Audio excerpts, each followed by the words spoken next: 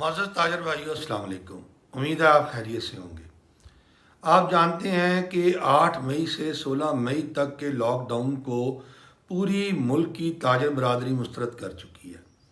ہم سمجھتے ہیں کہ اس لاک ڈاؤن کا جو اعلان کیا گیا ہے ایک ہفتہ قبل، یہ بھی بہت بڑا ظلم کیا گیا ہے، کیونکہ یہ جو رواں ہفتہ ہے یہ اب کاروبار کے لحاظ سے آخری ہفتہ ہے اور مارکیٹوں میں ایک دم رش اتنا بڑھ گیا ہے کہ کرونا وائرس کے تمام SOPs پامال ہو چکے ہیں۔ یہ حکومت کی اس غلط حکمت عملی کا نتیجہ ہے کہ انہوں نے قبل از وقت لاک ڈاؤن کا اعلان کیا۔ ہم سمجھتے ہیں کہ چھوٹا تاجر اس لاک ڈاؤن کا متحمل نہیں ہے اور نہ ہی ہم یہ لاک ڈاؤن کے فیصلے کو ماننے کے لیے جا رہے ہیں۔ جو بڑے تاجر ہیں، جو رضاکارانہ طور پہ اپنی دکانیں اور کاروبار بند کرنا چاہیں، ہمیں اس پر کوئی اعتراض نہیں ہے، لیکن ہمارا جو مدعا ہے وہ یہ ہے کہ چھوٹا تاجر روزی روٹی سے محروم نہیں کیا جا سکتا اور اس معاشی دباؤ کا شکار نہیں ہو سکتا۔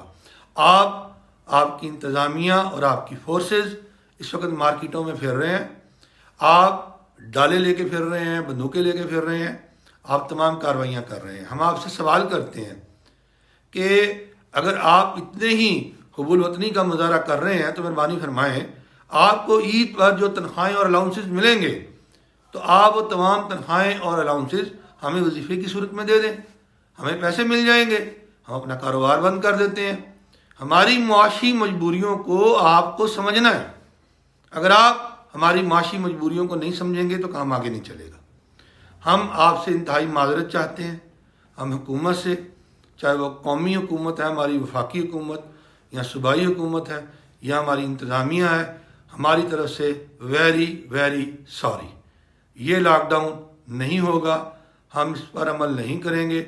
آپ خالی جیب اپنے گھر جائیں نا عید والے دن، تو آپ کتنے بڑے افسران ہیں جناب، آپ خالی جیب ایک دفعہ جائیں تو صحیح گھر میں، ہم دیکھیں گے کہ آپ کو آپ کے گھر والے آپ کے گھروں میں کیسے انٹر ہونے دیتے ہیں۔ تو یہ ظلم ہے، یہ ظلم عظیم ہے، ناقص حکمت عملی ہے۔ ہمارے ساتھ بیٹھ کر حکمت عملی بنائیں کہ آپ نے کرونا وائرس کے SOPs پر کس طریقے سے عمل درآمد بھی کروانا ہے، مارکیٹوں کے رش کو ایک حد سے بڑھنے بھی نہیں دینا اور ہمارا کاروبار آگے چلانا بھی ہے۔ بہت بہت شکریہ۔